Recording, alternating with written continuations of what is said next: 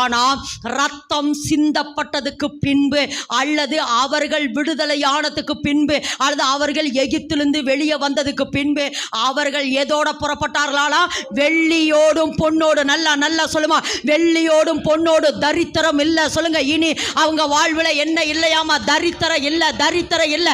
எதற்கு பின்பென்றால் ஆட்டுக்குட்டியின் ரத்தம் சிந்தப்பட்டதுக்கு பின்பு அவர்கள் எகிப்திலிருந்து வெளியே வந்ததுக்கு பின்பு அவங்க மேல என்ன இல்லை?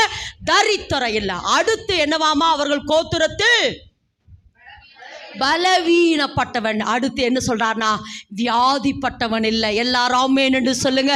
அது வரைக்கும் ஒருவேளை எகிப்தில் இருக்கிற வரைக்கும் ஒருவேளை அவங்களுக்கு இடுப்பு வலி வந்திருக்கலாம், கால் வலி வந்திருக்கலாம், கை வலி வந்திருக்கலாம், வேலை செஞ்சு சரீரமெல்லாம் இழைத்து போயிருக்கலாம். ஆனா எப்போ ஆட்டுக்குட்டியினுடைய ரத்தம் சிந்தப்பட்டதோ, ஆட்டுக்குட்டியினுடைய ரத்தத்தை எடுத்து நிலைக்கால்களை பூசினார்களோ, ஆட்டுக்குட்டியினுடைய மாமிசத்தை எடுத்து எப்போ அவங்க புசிச்சார்களோ, அதற்கு பின்